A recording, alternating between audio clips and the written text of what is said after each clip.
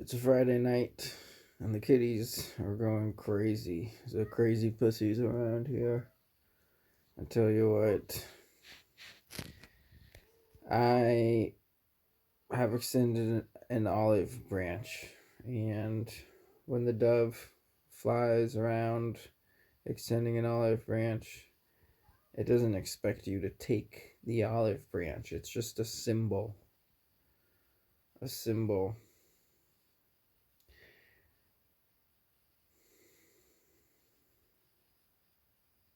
I found a patch of a dove with an olive branch, and it has a symbol on it.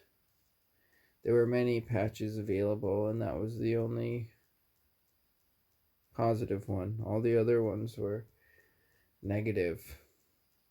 There were probably, if not 100, scores and scores of negative symbols. And I searched and I searched, and I found the one positive symbol, the dove with the olive branch. And then there's a teardrop on it too, or it could be a drop of water. And I'm a water bearer. Speaking of time and the zodiac, the cats. Cats are talking in the background.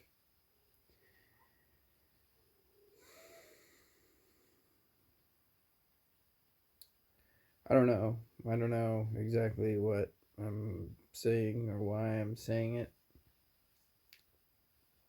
but I felt the need to speak to the internet. Speak to the internet. It's like a mirror. It's like a black mirror. You don't. It's like a black mirror because there's a reflection, but you don't see the reflection. All you see is black, or I can see my own reflection. But the reflection, the purpose of it is not for me to see it, but it's to. So, what is the purpose? I don't know. Dreams. I've been having really good dreams recently. Every night,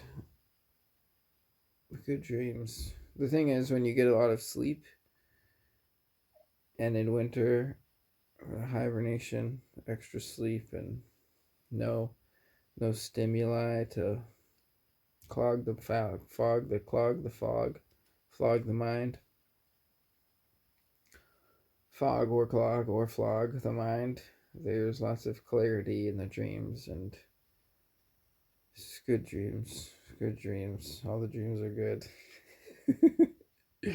And something about perspective, life and perspective and purpose. So the beautiful thing about history is it can put our life in perspective. What are we doing here? And if we see things that are not so good, and then what purpose does it have? And it's position. It's all about your position. Everything's about positioning. And if you've got one life to live, and there could be reincarnation and all sorts of stuff, but you're aware of one life to live, unless you've had past regressions and such. But it's all about positioning. What are you doing? What are you doing with your life? If you've got a family, then good for you. You're continuing the cycle, and you must ask yourself, is everything all good? Is there anything I need to do to prepare for this next generation, or do I feel confident in the way that things are now to be perpetuating the cycle? Am I delaying?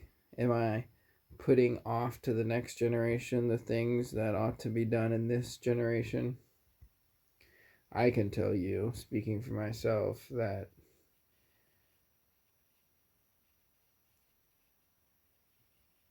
I'm speechless. I'm truly speechless. I was going to say something about another generation and how, like, what I take offense. I am offended that I've inherited such a world under a dominion of evil liars, that it has been tolerated by people and all of these generations. Stark did not tolerate it. Stark, my hero Stark, he didn't tolerate it. He did exactly what was necessary to face the problems, and to overcome the problems, and to conquer the problems. And when he saw that the the movement that he joined had gone awry, he had no problem leaving that movement. He worked for the crown for a while, and he was an original ranger. And then when they would send the rangers to do terrible things to the natives, he would not be present. He would be conveniently absent every single time there was a punitive expedition against the natives. Stark was never there. And then when his former employers became overbearing, imperious overlords, he had no problem turning against them with all of the experience that he had gained under their employ as a ranger for many years. And then when he saw that the militia that he served was what's the word for, like, compromised, but like taken over, captured and compromised, there's a better word, but those two words will do, by the Continental Congress of sellout numbskull aristocrats. He had no problem walking away from that, even though he had all the respect of the people and he had all the experience.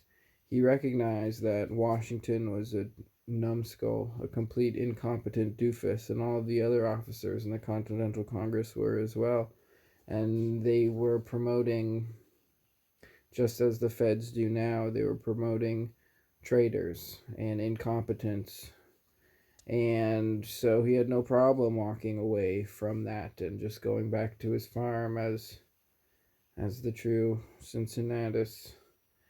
And then when it was necessary, when they had failed, when the Continentals had completely failed, and in everything they did, they were just complete absolute failures, and the British were coming, and he had to step up again to defend his people and his home. He did, and he did what was necessary, and his one condition being, I will not be subservient to these incompetent Continentals, this Congress of traitors and sellouts. And yeah. Then the thing is, then they made him a general, and then he kind of went along with it, and like got a little compromised and complicated after that. But then even afterwards, when they had their second Congress, and he saw the compromise of Washington and his Cincinnati Society and the other feds, he was I don't have anything else to say. That's all. We're back. Here's the deal. I made more room so I can talk more.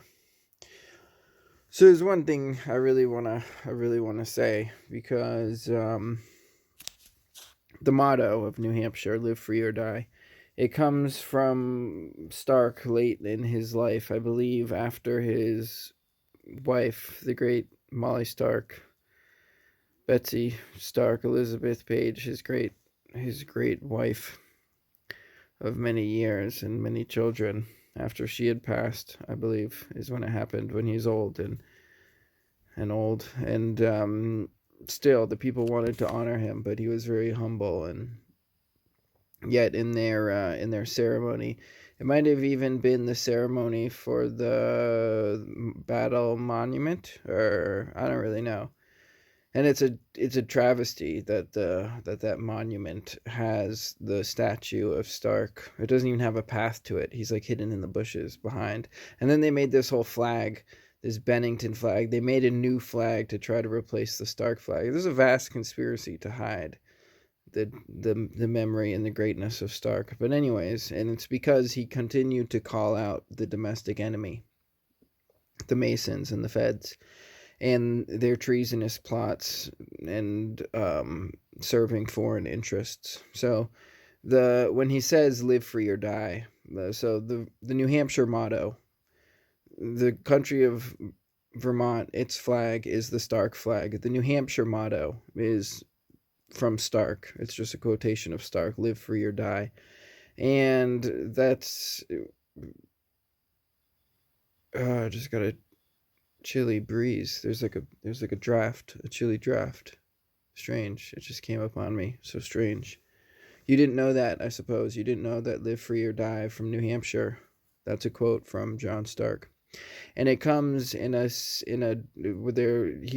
talks of a plot, a treasonous plot that was abounding in the halls of the federal government and the traitors within it that served foreign interests. Just before, if I had to put a date on it, I would say it was in the year 1809, off the top of my head, probably right around there, right before 1812. And he's calling out the traders that were conspiring to sell out the country again to foreign powers, just like Washington did with the first national bank. That I don't know where this cold draft is coming from. Anyways, positioning. We've got one life to live. So there's a few messages here. I don't know who the heck's gonna read this, but one of the messages is about the importance of positioning, the importance of symbology, the importance of walking away from things that are corrupt. When you're in the corrupt thing, and the good ones are telling you you must walk away from the corrupt thing, but you're saying, no, this is where I am now, and surely there's other good people about, and like, if you gotta join them. Like, there's this woman, I shared one of her posts, a beautiful fire-haired woman talking about Larry Ellison and whatnot, and she reminds me of this woman from a Werner Vinge book who, there's an alien race of emergence that are cool, like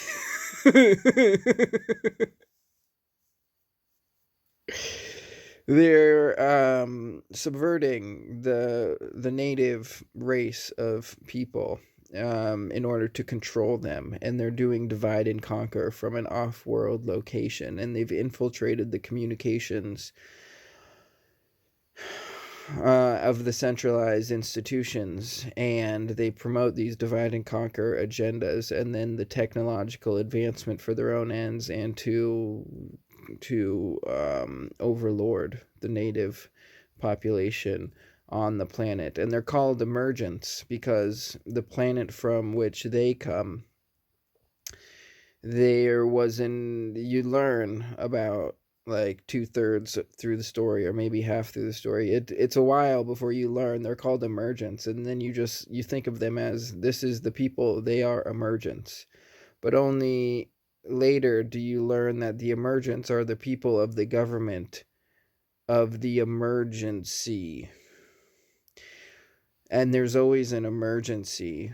There's one emergency after the next emergency, and the emergency is necessary to have emergency powers, so that out of the emergency, the people in the emergence of the emergency are all about divide and conquer. And you can think of all of the emergency powers, how many emergencies the current government is under. There's emergency powers that bypass the Constitution. The Constitution itself was flawed from the beginning because it was a coup from the beginning, because it was meant to be a confederation of sovereign states. But when they formed the coup in the Second Continental Congress, which was presided over by the dictator Washington, on high on his platform, where from the beginning he had already subverted the entire organization because he was backed by money interests from foreign powers, because he was pre-positioned in a corporate position from the Virginia Company, which was the first crown company to colonize this new world.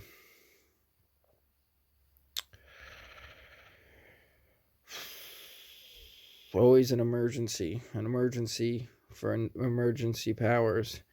And this woman in the book. So I don't know what I'm saying. I'm just kind of dancing from one thing to the next, and this is how the message comes through. So if you're here for this, then you're with me. You're with me.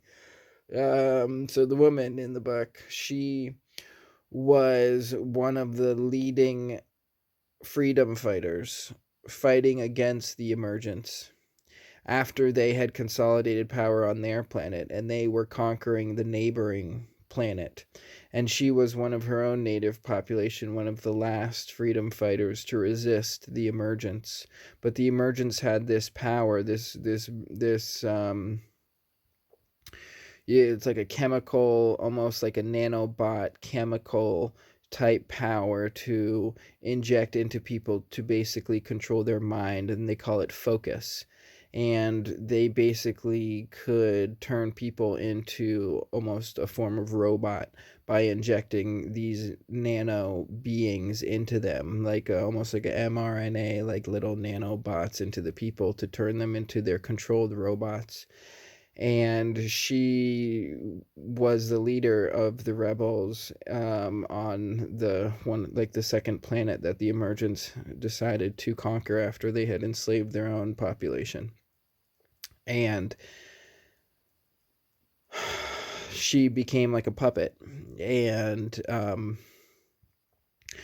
as a puppet she was a very useful tool, almost like a humanoid robot puppet serving the emergent masters, who were kind of like these neocon slot. Well, some of them were just like, it was all about control. And our hero Pham Nguyen, who was a free market um, absolutist, you could say, a free trade, free market absolutist who was betrayed and then left for dead in a place after being betrayed by his lover. Oh, but then he goes on this great mission to this new place, this anomaly. There's an anomaly that no one can explain. And there's a whole different species of creatures in this that they find, that are like coming through their like into their industrial age, sort of. And so him and his free market people are going to explore the anomaly and to establish trade routes. And they're good. They're good people, pretty much. But they show up at the same time as these emergents who are coming to dominate.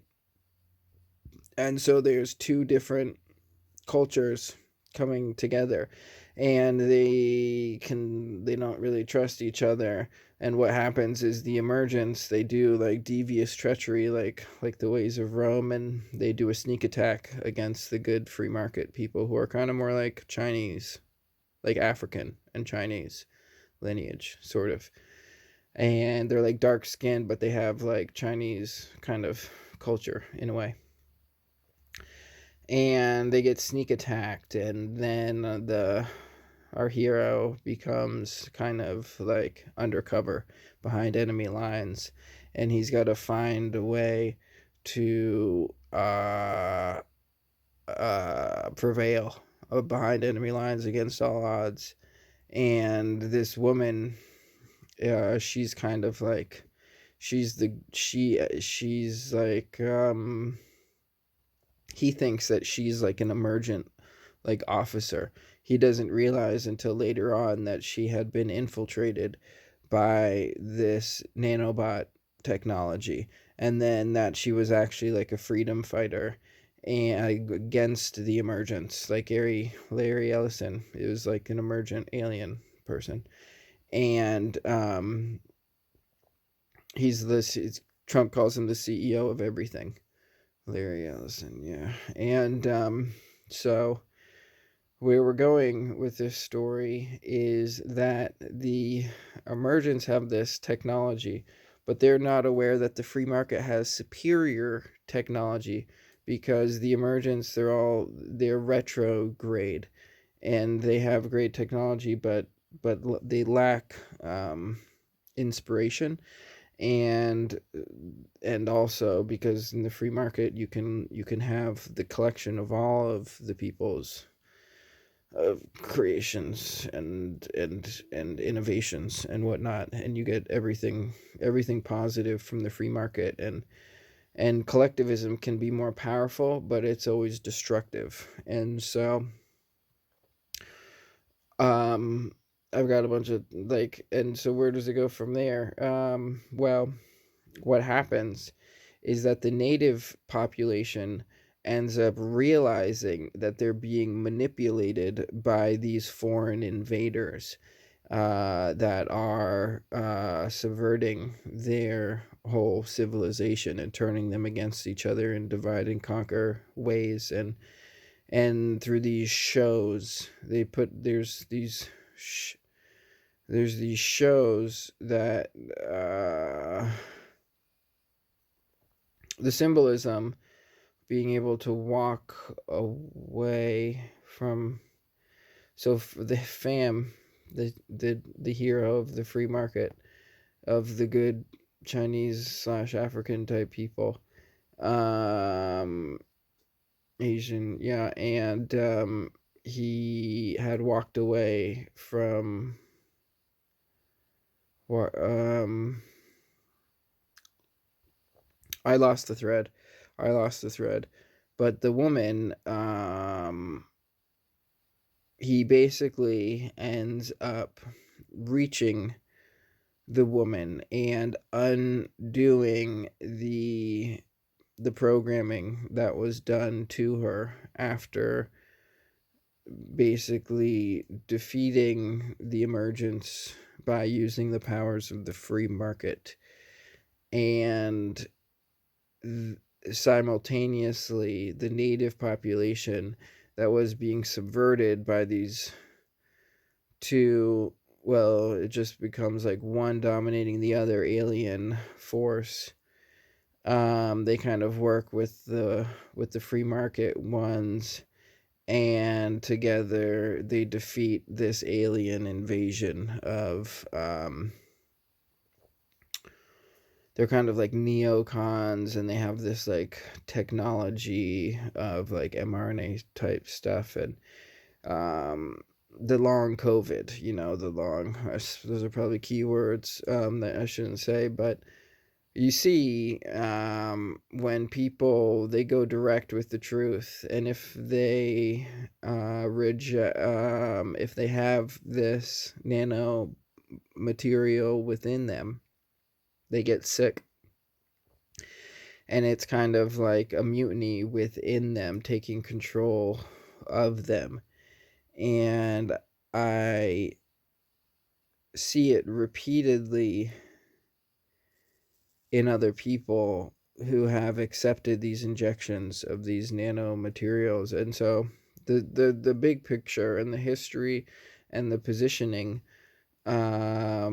as within, so without. So basically, the without ado, everything is done by reaching balance and health and peace within one. Then all is resolved. And therefore, positioning of what position you take is everything. And to understand your position in history throughout time and relative to the big picture is what allows one to be aware of oneself externally as well as internally. And then in things like dreams, it's a way to explore the subconscious and the ways in which we are entangled with other relativities. And each one is a reflection of all. And there's like a Buddhist thing that's like, in each grain of sand, like the universe is in like each grain of sand or something. Whether that's true or it's a symbol, that the same truth exists for each individual, that that God being everything, in the image, we're made in the image of God, that each one of us is a reflection of all of us, and everything exists within each one of us, and then each one of us is a reflection of everything, but also we reflect each other, and therefore our focus, our time, our focus is our most important currency, value, monetary aspect. And so we here are communicating. I feel the need to communicate, and if it reaches one other person, then it's received by who it's meant to reach. And it's like a buckshot of ideas, and yet there's a line of understanding through it all that connects all the dots to understand that as a world, as a collection of beings, a species, a nation of peoples, we are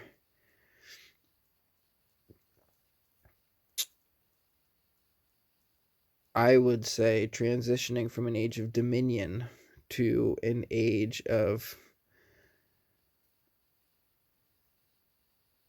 individual sovereigns. So the whole thing about Anno Domini, it's about a top-down system where there's a singular sovereign and everyone else is subject to that singular sovereign.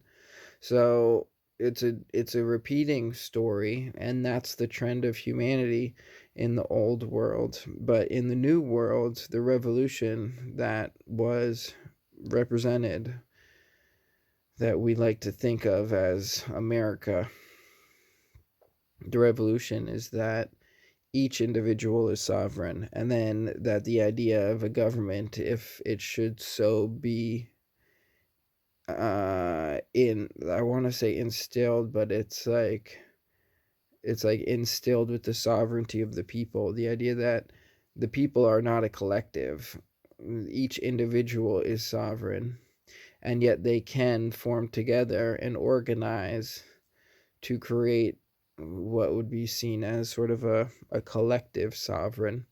And yet over time it's seen the centralized sovereign grows and attains more and more power and centripetal momentum. So it gets to a point where it seemingly denies the sovereignty of the individual. And yet it's only seeming, because it's only an illusion, because each individual is inherently imbued with that truth as a right, and it cannot be denied them. And this is where it comes to the positioning, to understand your position, because each one is equally important in their rights and their ability to claim their rights. And so in the age of dominion, what you have is one centralized organization that controls all of the people and all of the land of what would be seen as the world. And therefore, all of the people are subject to the central entity, and all of the resources of the world are subject to the single central entity. And everyone is removed from that centralized thing, and it's not even clear if it's serving the interests of the same species. And then what you have now is you see the centralized thing, it's all oriented towards creating this artificial intelligence, and all of the money and the energy is all going towards the artificial intelligence. So not even the same species, all of the energy and the water and the resources, it's all in the big market cap things, all of the focus, it's all going towards generating this artificial intelligence, so a not even human agenda. And that's the idea of the Matrix. Basically, it's a control system.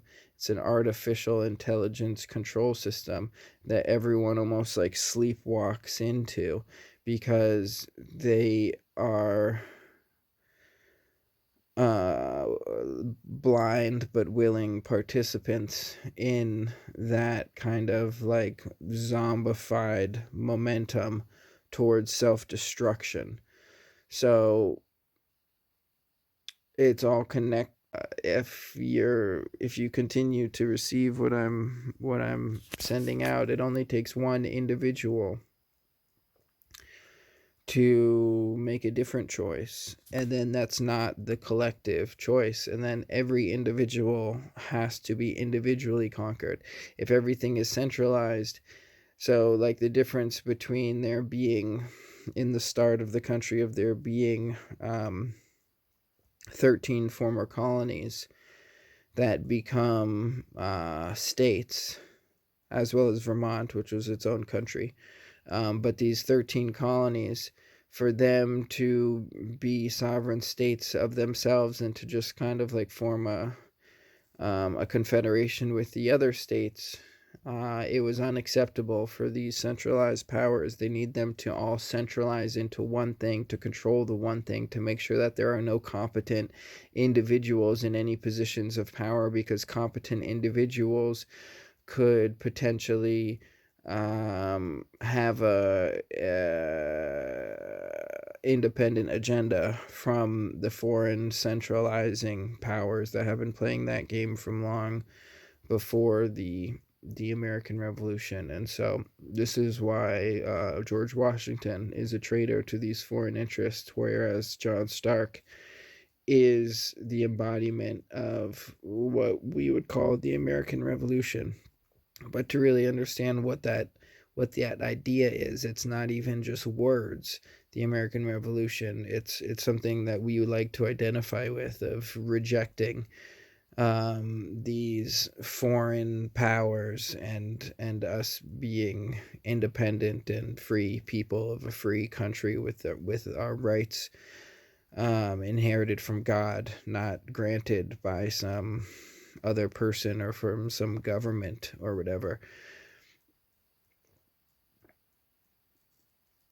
But even the words, the ideas, the words, so you'd call it an American Revolution, but where do these words come from? So American goes back to Amerigo Vespucci. So this is just another man from Italy who is backed by the same centralized banking interests, who named the thing after him. Just like if the country was renamed Trump, and then generations after, people are saying, I'm a Trump, or I'm a Trumper, I'm a Trumpican, Trumpanotican, and they would just, it could be an idea, but the word has to be in consistent alignment with the idea. So revolution, the idea of revolving, like the earth revolves on its axis, or revolves around the sun.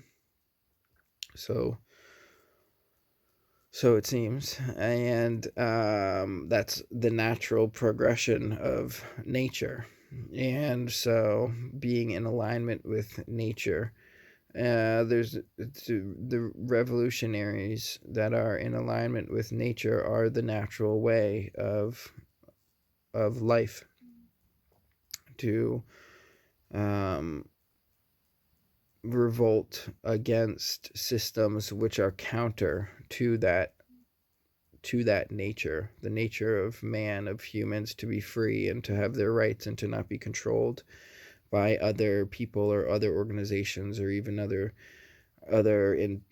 artificial intelligences, or they get into your body, in to be these like micro machines, realtering your DNA, making you an unnatural being. And so the warfare, the competition for dominance exists within your own body, and there's a biosphere of diversity of what are you, your consciousness, and yet your gut is made up of all these different organisms and bacteria. And something was like, if you weigh like the bacteria, it's like your body is like primarily like bacteria. It's like what you wouldn't even self-associate as, and yet you live in symbiosis with all of these life forms within your being that leads to your consciousness and breaks down the food and carries the minerals and the resources throughout your being so that you can be healthy. And naturally it all evolves in symbiosis over time, and yet this new technological invention, which wherever its origin, is unnatural and then leads to unnatural results like disease, illness. These are symptoms of causes which are not natural, which are counter revolutionary. And so when we are in alignment with nature and when we're in harmony, the positive things, our synchronicities, our resonances, our emotion, and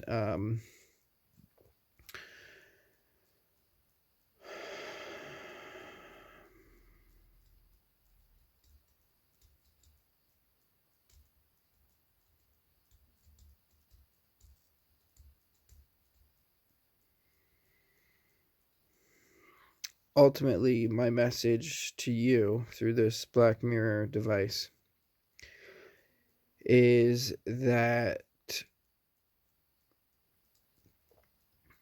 we have so much in common, and we ought to first of all recognize that, second of all appreciate that, third of all recognize that only through the free market of ideas and through communication do we really have a chance of prevailing against vast organizations which are meant to subvert our birthrights, our birthright, singular, and also kind of plural. And so, like, my last message that I sent out for the New Year's, it's an olive branch to those who position themselves as the enemy. And of course, it's unlikely to be accepted, but that's the purpose of it. So for the people who receive that and they're not the enemy, to understand that ultimately they're in the same position that I'm in. They just don't realize it yet. I'm just a little bit further ahead, like breaking the shock, the bow wave, like the hull of the boat, the front of the boat hits the wave first and splits the rough seas that are ahead so that it's less chaotic and stuff. Another analogy is the tip of the spear, but we're not necessarily like having to stab something. Really, what we're having to do is align ourselves, position ourselves in such a way to ensure that in our time we do what is necessary so that future generations will be blessed and they will not inherit a world that's going to hell. And what else can we do in this life, whether we have other generations born to us or not? What else can we do but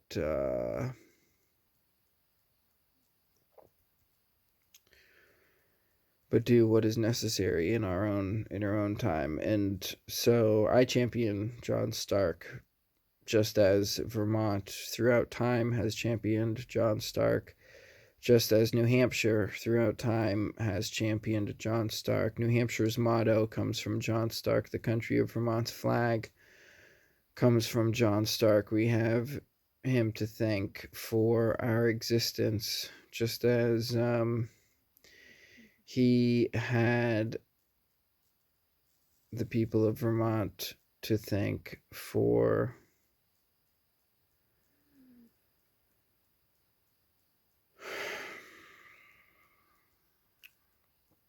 being good neighbors and for standing with him and doing great things as well. So I think I've basically reached the end of this message.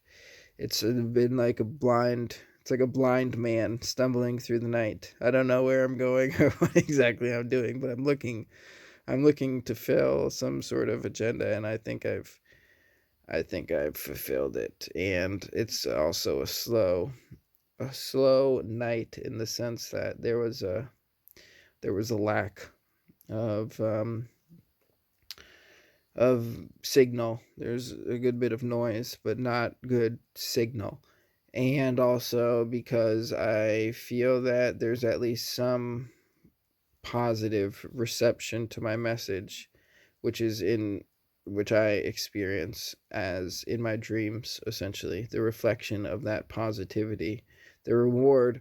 So when you go, there's a stupid phrase that no good deed goes unpunished, and that's true in a sick, counter-revolutionary, corrupt system, because in nature all good deeds are rewarded. And so I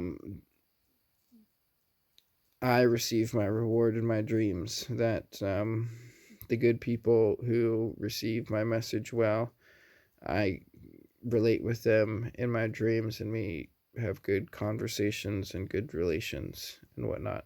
And that's almost it's just another dimension of existence. You could almost say it's, for different species, it's different, like, ratios. Like cats, suppose they sleep some, maybe more than half the time, and so maybe they exist more in the dream realm than in this waking realm. And another way to think about it is that we experience 3 dimensions of space and then 1 dimension of time. There's only now, but when you're dreaming, there's 1 dimension of space. It's all relative to your 1 dimension of, like, space. You, like, it all relate. Like, if your mind frame changes in a dream, your whole dream space changes. Like, you don't navigate through the dream.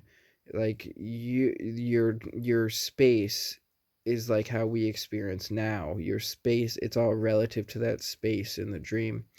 And yet there's 3 dimensions of time, and the people that you are relating with in the dream are from the past, the present, and the future, but you experience them in the 1 dimension of space of the experience of the dream. And so to be able to navigate both realms is a benefit to us, and it's an aspect of our brain that allows us to do that. And part of the attack agenda against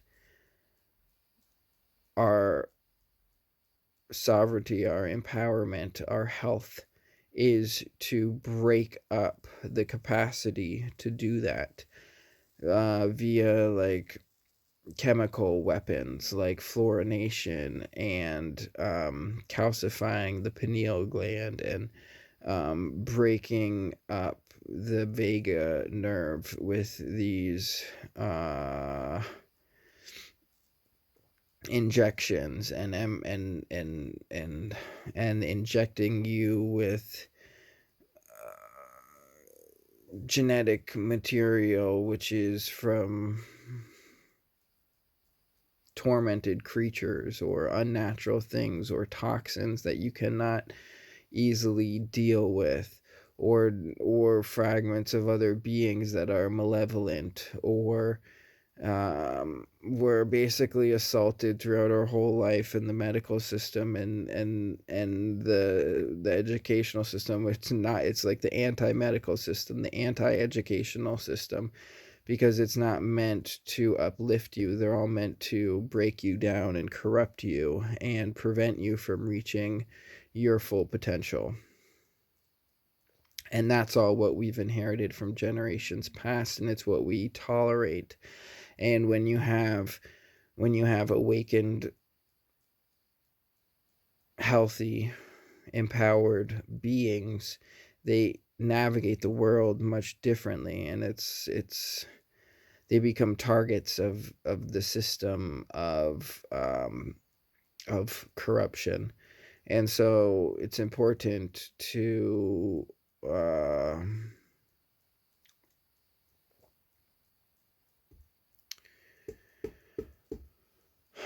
to focus upon signal and not noise, and to consciously withdraw our energy and our focus from those who are not in our interest, and only to focus upon those who are in our interest. And it can become so difficult in like the forms of media. For example, say you watch a video that's highlighting a negative from a negative person. As like, is there a positive in that? Is the double negative a negative? Like, can you avoid giving energy to the negative while appreciating the common ground with the other positive beings? So that's about the end of my message, I suppose. I'll leave it there and get back to my book and enjoy your Friday night. I'm here in this freezing weather with the kitties on my lap with the blanket on, and I've had no fire in 3 days despite it being in the single digits. And the last 2 days have been sunny, and because I'm in a Earthship type structure, which is all southern oriented and well insulated, though it's not very tight because I'm getting like drafts and stuff, but the sun warms it nicely during the day, and it's not. Do you see the fog? Anyways, it's not that warm, but I'll try to get through another night without a fire and just endurance maxing and whatnot. So yeah, anyways, that's the end of the message. Thanks for listening. Hopefully you find something beneficial in this, and I'll know by my experience if anyone did, or if I'm just wasting my time. But by my own desire to do this, I feel there's a meaning to it. And so there it is. It's also context on my last message, which probably could use a bit of context. And there you go. That wraps it all up. Thanks for listening.